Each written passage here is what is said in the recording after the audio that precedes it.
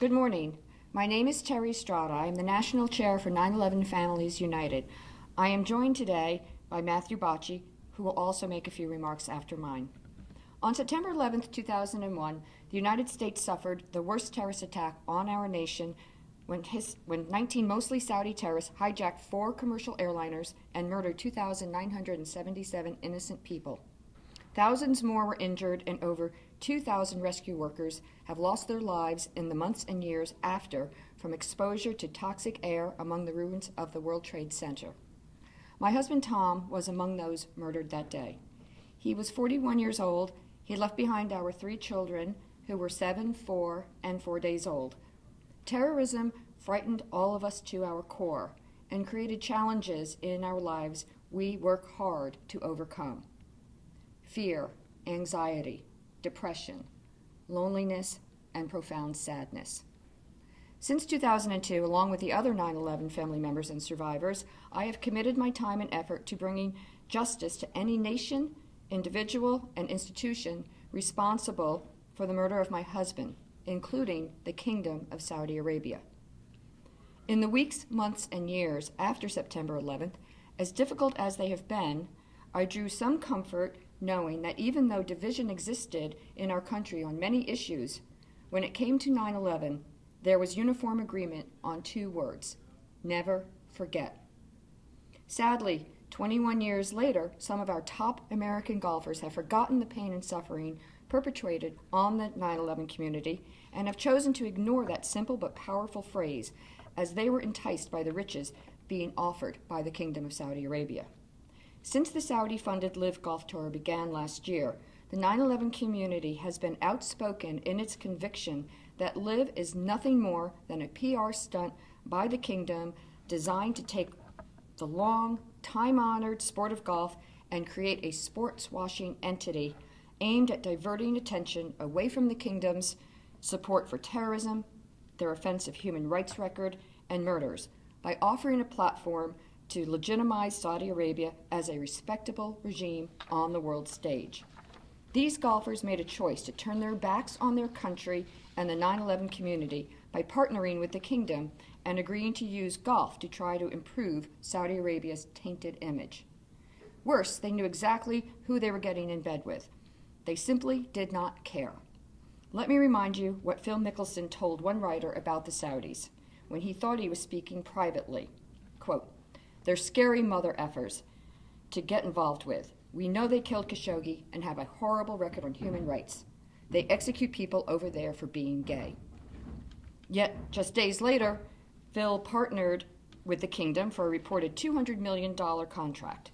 By allowing Phil and numerous fellow Saudi-backed LIV golfers to play in the Masters this week and giving them an opportunity to possibly don the coveted green jacket, Augusta National is giving Saudi Arabia exactly what they want and we do not: an international platform to perpetuate this malicious PR stunt.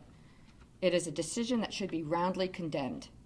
In addition to former President Trump, who has also turned his back on the families by hosting LIV Golf events for another big paycheck, Augusta is now another heartfelt disappointment to the thousands of family members and survivors of 9/11.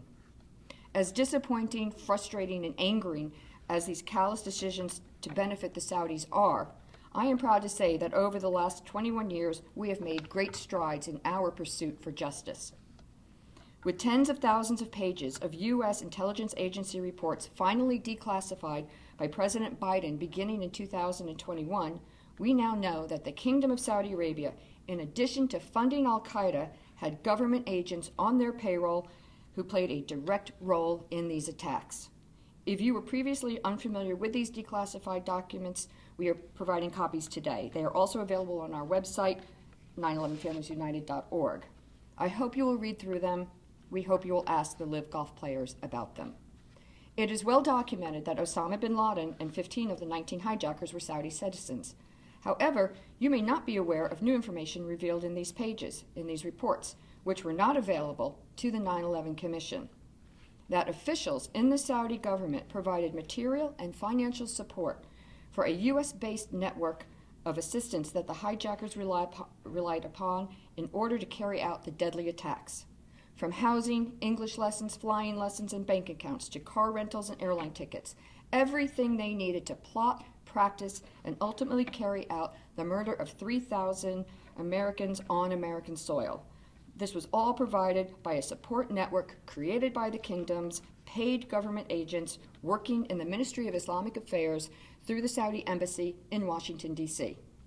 For over 20 years, along with members of the 9/11 community, I have fought to learn these truths and to share them with the world so that the United States can enact policies to better protect its citizens moving forward. That is why no one standing here today can question our moral authority, outrage, and disappointment in Augusta National's decision to give the Saudi-backed LIV golfers an international platform. Let me close with an even more personal reflection. My late husband, Tom, was a scratch golfer. He loved the game. In fact, Phil Mickelson was one of his favorites. Tom spent every possible weekend taking our two oldest children, Thomas and Caitlin, to play and hit balls at Anchor Golfland in East Hanover, New Jersey. It was a fun outing for the kids, and we would all play putt-putt golf together as a family. About a month after 9/11, I opened my front door to find a set of children's golf clubs, complete with a Snoopy golf bag, and a note from the owners of Anchor Golf offering their condolences, adding they wanted baby Justin to have a set of clubs to hit balls with when he got older, just like his dad would have wanted. After 9/11, I tried to keep Tom's love for the game a part of my children's upbringing. All the values golf teaches a young person, integrity, dedication, patience, confidence, and focus, were important to me as a single parent to instill in my children without their father as best I could. That is why everything about the Kingdom of Saudi Arabia is offensive, and their billion-dollar campaign to use golf to distract from its appalling record is deeply offensive to me, my family, and the 9/11 community. Years ago, I asked former Senator Bob Graham, he was the Senate Intelligence Chairman at the time, if he thought the work we were doing would have an impact. He replied, "Never give up. The 9/11 families are the only ones brave enough to challenge the kingdom." We stand here today not intimidated by the kingdom's bully tactics, hollow proclamations of innocence, or billion-dollar sports washing campaign. We are proud Americans who put country first. We carry the battle scars of September 11th in our souls, and we will never stop fighting for the justice we deserve or forget those taken from us way too soon. And we implore Augusta National to rethink their decision to allow these Saudi servants a world stage and not permit them to partake in future Masters tournaments. Thank you.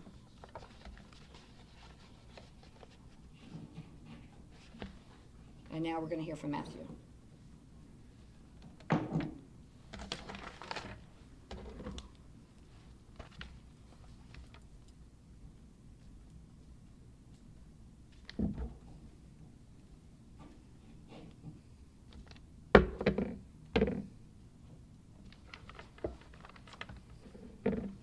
Good morning, everyone.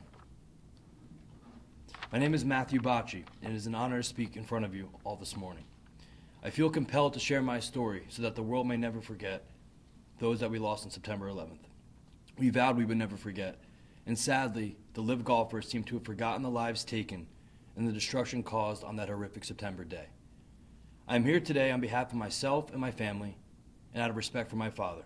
I have vowed to keep his legacy alive, and this is another way I can live up to that promise. When I was 9, I lost my father, John Bocci, on September 11th.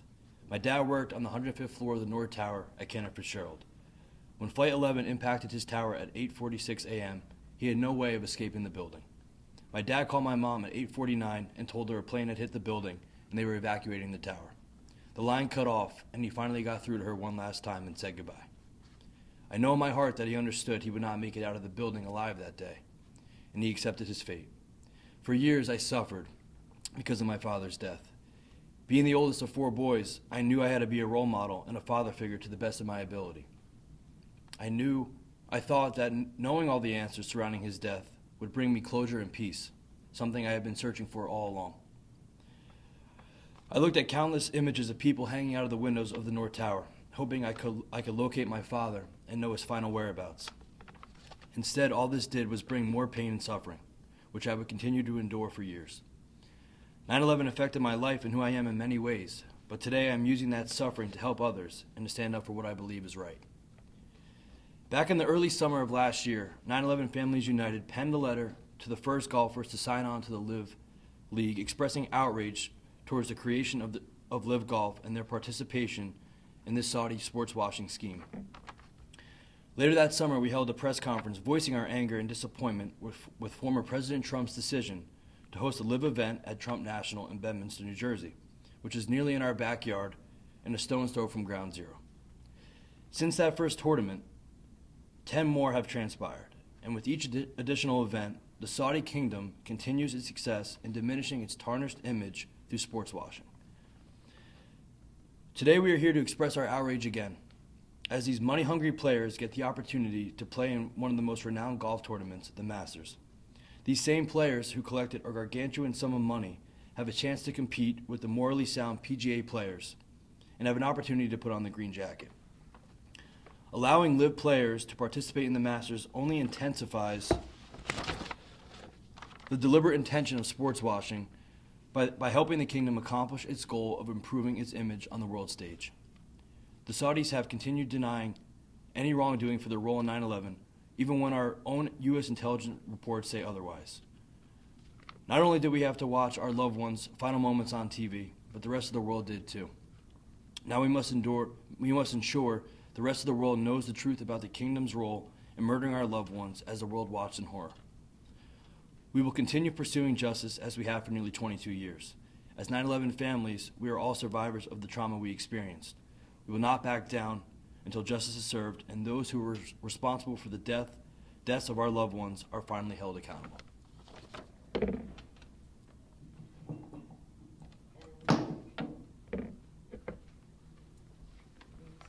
And so that's the conclusion. We're the only two here speaking today. Does anybody have questions or?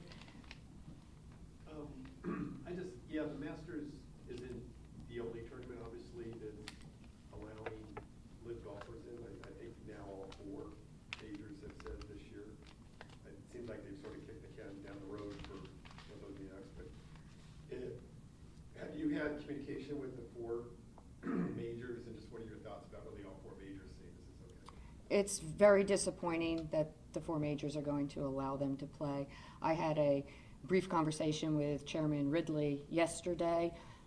We decided we would keep it private, but what I can tell you is I got my point across and how the 9/11 families feel and what it does to our fight for justice to give the Saudis, a platform to try to sports wash their guilt and their participation in murdering thousands of Americans on American soil. That's the message we want them all to hear. I will probably be reaching out to the other majors and see if they'd like to have a conversation about it as well. If I can't get anybody to do anything this year, we're going to press on them to hopefully make changes next year. Do you at all give context to what Fred Ridley's response was? Or? It was a very respectful conversation, and he just wanted me to understand his side as a person that is making these decisions. I didn't agree with him, but he was entitled to his opinion. Does his side basically come down to money and elevation of the tournament? No, he did not make that comment to me. Well, what are your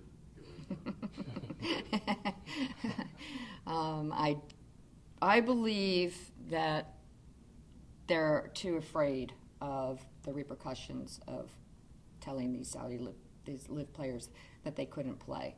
I think they're afraid of lawsuits possibly. That's what I've read. That's what's been reported in the news, that there's a criteria that needed to be followed, and now my hope is the criteria will change. Have you or anyone else in the course of this attempted to reach out to any of the LIV players? Oh, yes. Did you share any responses? Or? They do not respond. We did. We wrote a pretty forceful letter to Phil Mickelson, the first 4 that signed on last year. And Phil was pressed on it pretty hard in the media, and he never had a good answer back. Yeah, his comments were pretty hollow because it's clearly about the money for them. I mean, these are obscene amounts of money being thrown at them to go over and join this league, and they don't seem to care at all what it does to the 9/11 community or how they're promoting a country that doesn't deserve the respect that they crave, and they're willing to pay billions of dollars for, when they could change the way they do business and own up to what they did on 9/11, and then maybe, you know, people would respect them. That's all they have to do. There have been some reports lately that LIV may have run its course. You may have heard that or not. Just your thoughts on that. I certainly hope so, but I do see cracks in the foundation of it. First of all, it's not a sound business plan, and the format seems to be a bit ridiculous. You know, it's an exhibition league. It really isn't about true competition, and these golfers gave up their world ranking and all of that to do it. So how can that ever be a legitimate competition to the PGA? Nothing about it was set up to really be what they claimed it was. We're going to grow the game of golf. I don't see that happening, but I do see cracks in the foundation with the way the kingdom has taken back now some of the way they pay out, so the teams don't get to split the money any longer. That has to go towards their own publicity. I don't believe they are covering the caddies' expenses like they did in the beginning. I don't think they have the jet to go around and party on any longer. So at some point, I would like to see it cave, and I'll be watching closely. How does it make you feel that for the last 2 decades, the United States has continued to maintain a relationship with the kingdom? The president meets with NBS. We have an economic and military relationship with them. And then does this athletic venture, does it just feel like the straw that broke the back, or how does it make you feel? Yeah, it's all offensive to me.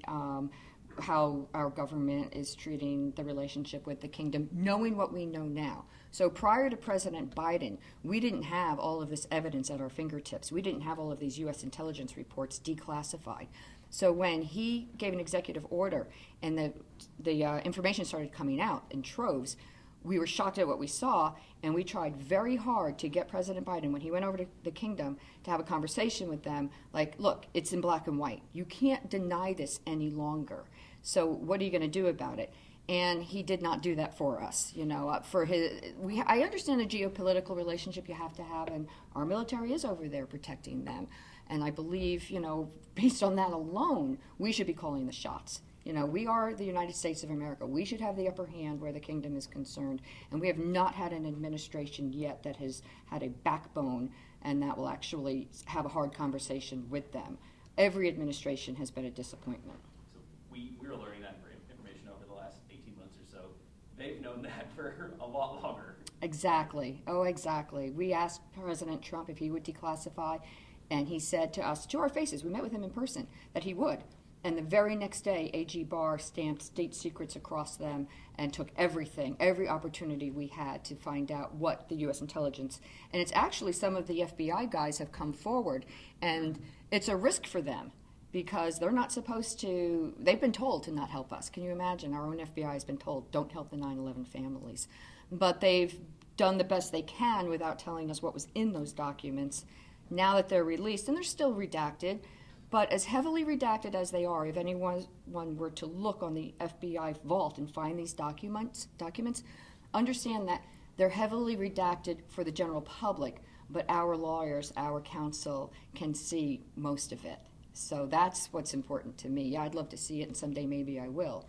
But as long as they're getting it, that's what's important. Beyond Augusta, LIV, the other tournaments, what is your greatest hope going forward?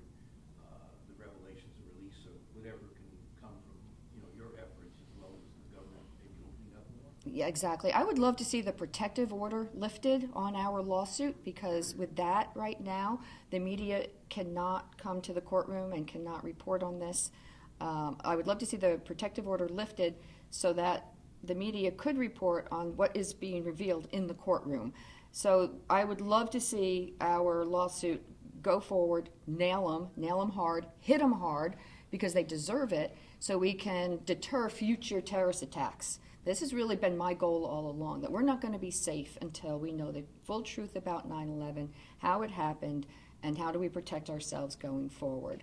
So I hope that, like I said earlier, that policies will be enacted, and we will change our relationship with the kingdom based on the truth instead of all these lies. One last question. Will you, your organization, supporters, have any presence in Augusta? Well, I can't speak for everyone. I'm not going any closer than this. I don't know if anybody else will try to show up and do something, but this is it for us.